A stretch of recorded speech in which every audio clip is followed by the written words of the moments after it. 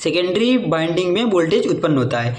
अब आपको चेक करना सिखाते हैं। यहाँ से देखिए जो हमारा मल्टीमीटर होता है उसको पहले आप वज्र मोड में सेट कीजिए। यहाँ से देखिए सेट करेंगे, पहले आप मल्टीमीटर की कंटिन्यूटी चेक कर लीजिए। यहाँ से देखिए जैसे ही आप मल्टीमीटर को इस प्रकार देखिए, जैसे ही आप इसके दोनों वायर को मल्टीमीटर के दोनों टर्मिनल में लगाते हैं तो हमें देखिए 104 ओम मान इसके अंदर दिखा रहा है। चूँकि अब आपको 3 वायर जिधर दिख रहे हैं इसमें किसी एक में आप बीच में निगेटिव वायर को लगाइए, दूसरी तरफ आप इसके साइड वाले में लगाएंगे।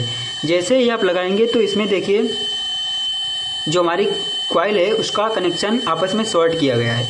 आज की वीडियो में आपको एक ट्रांसफार्मर की जानकारी देने वाले हैं। जो आपका ट्रांसफार्मर होता है वह किस प्रकार कार्य करता है, उसमें किस प्रकार बाइंडिंग की जाती है, जो हमारे घरों तक बिजली पहुंचाता है वह कौन सा ट्रांसफार्मर होता है, या जो हमारा ट्रांसफार्मर है वह किस प्रकार का ट्रांसफार्मर है। आज की वीडियो में आपको पूरी जानकारी मिलने वाली है ट्रांसफार्मर की। ट्रांसफार्मर जो होता है हमारा 2 प्रकार का होता है, स्टेप डाउन ट्रांसफार्मर और स्टेप अप ट्रांसफार्मर, ऊंचाई और अपचाई ट्रांसफार्मर। ये देखिए जो हमारा ट्रांसफार्मर है स्टेप डाउन ट्रांसफार्मर है। इस प्रकार देखिए वह ट्रांसफार्मर जो हमारे अधिक वोल्टेज को कम वोल्टेज में कन्वर्ट करता है वह हमारा स्टेप डाउन ट्रांसफार्मर कहलाता है। जो ट्रांसफार्मर लो वोल्टेज से हाई वोल्टेज में कन्वर्ट करता है वह हमारा स्टेप अप ट्रांसफार्मर कहलाता है, ऊंचाई ट्रांसफार्मर कहलाता है। इस प्रकार देखिए जो हमारा ट्रांसफार्मर है ये स्टेप डाउन ट्रांसफार्मर है, या हमारा 240 वोल्ट सप्लाई को 12 वोल्ट में परिवर्तित करने का कार्य करेगा।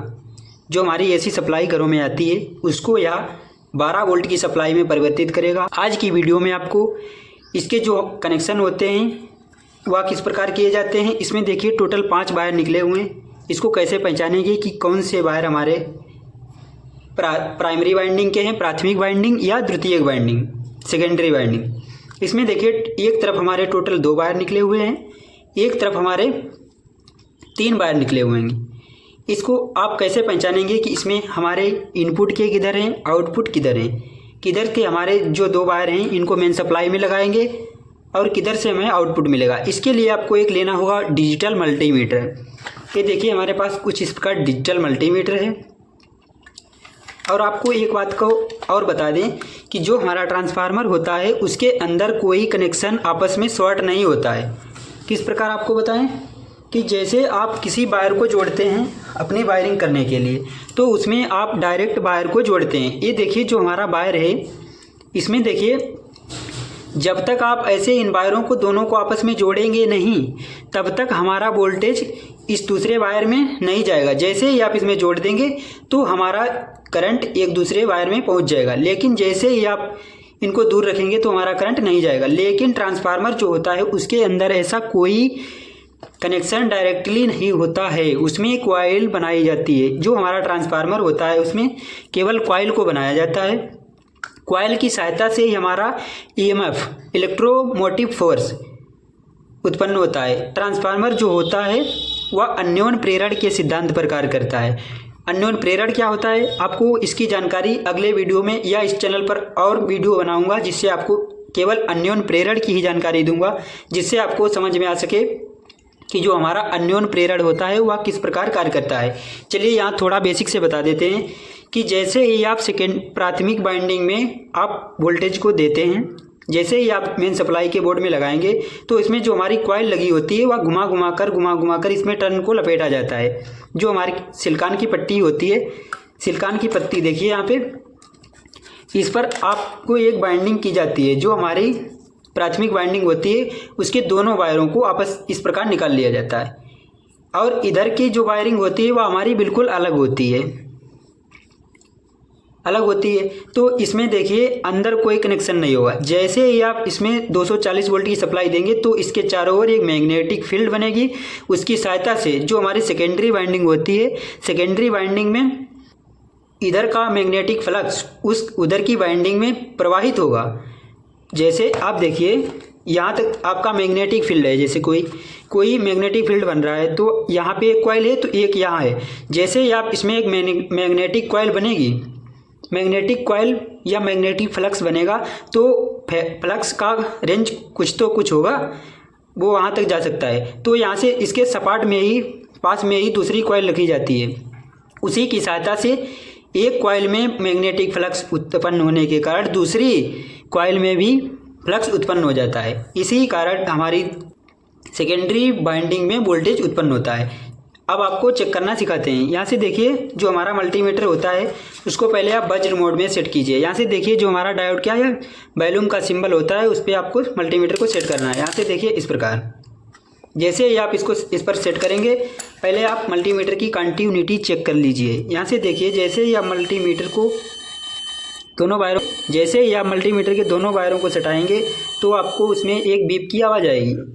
और आपको बता दें कि जो आपकी प्राथमिक बाइंडिंग होगी उसका कनेक्शन आपस में शॉर्ट होता है, इसीलिए वहाँ पे आपको जैसे ही आप इस वज्र मोड में सेट कर चेक करेंगे तो आपको कुछ प्रतिरोध मिलेगा। यहाँ जो आप इस मल्टीमीटर में देखिए, इस प्रकार देखिए, जैसे ही आप इसके दोनों वायर को मल्टीमीटर के दोनों टर्मिनल में लगाते हैं तो हमें देखिए 104 ओम मान इसके अंदर दिखा रहा है। इसका कुछ प्रतिरोध है, जो हमारी प्राथमिक कॉइल है उसका कुछ प्रतिरोध है। यहाँ से देखिए इसको अलग किया गया है। अब आपको एक वायर का इसका लेना है, प्राथमिक वाइंडिंग का और द्वितीयक का। इसमें देखिए कोई वैल्यू आपकी नहीं आ रही है। यहाँ से देखिए तीनों वायरों को बारी बारी कर आपको चेक करके दिखा देते हैं। यहाँ से देखिए इधर का वायर चेक करने के बाद आप इधर का चेक कीजिए। यहाँ से देखिए जैसे ही आप चेक करेंगे तो आपको कोई कनेक्शन नहीं मिलेगा, क्योंकि जो हमारी बाइंडिंग होती है वह अलग अलग होती है। प्राथमिक बाइंडिंग अलग होती है और द्वितीयक बाइंडिंग जो हमारी होती है वह बिल्कुल भी अलग होती है। अब आपको देखिए इधर को आपको पता चल गया कि जिधर हमारी कॉइल ज़्यादा है, इसमें हमें बीप की आवाज़ नहीं आ रही है, इसमें केवल कुछ उसका प्रतिरोध दिखा रहा है, उधर की हमारी प्राथमिक बाइंडिंग हो चुकी। अब आपको 3 वायर जिधर दिख रहे हैं, इसमें किसी एक में आप बीच में निगेटिव वायर को लगाइए, दूसरी तरफ आप इसके साइड वाले में लगाएंगे। जैसे ही आप लगाएंगे तो इसमें देखिए जो हमारी कॉइल है उसका कनेक्शन आपस में शॉर्ट किया गया है। यहाँ से देखिए इसका प्रतिरोध भी कम है, इसीलिए आप बीप कर रहा है। इधर आप लगाएंगे फिर भी आपको देखिए बीप की आवाज़ आ रही है। तीनों में आपको बारी बारी के चेक कर लेना है। इधर देखिए जिधर आपको बीप की आवाज़ आती है वह हमारी सेकेंडरी साइड होगी। जिधर हमें केवल प्रतिरोध के साथ कुछ मान दिखाता है मल्टीमीटर में, वह हमारी प्राथमिक साइड होगी। अतः आपको बता दें कि जिधर हमारे 2 वायर देखिए निकले हुए हैं, जिसका प्रतिरोध 104 ओम दिखा रहा था, 106 ऐसे ही कुछ, वह हमारी प्राथमिक बाइंडिंग होगी, जो हमारे मेन सप्लाई के बोर्ड में लगाए जाएंगे दोनों वायर। इधर से हमें आउटपुट मिलेगा। अगर आप इधर देखिए, या टोटल हमारा वोल्टेज 24 वोल्ट निकाल सकता है।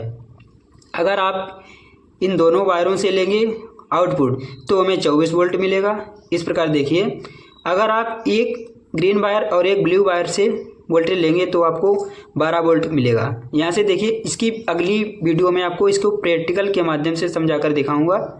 और यदि वीडियो पसंद आई हो तो लाइक कीजिए, कमेंट कीजिए। यदि आप यूट्यूब चैनल पर देख रहे हो तो चैनल को सब्सक्राइब कीजिए, और आप यदि फेसबुक पेज पर देख रहे हैं तो पेज को फॉलो ज़रूर कीजिए।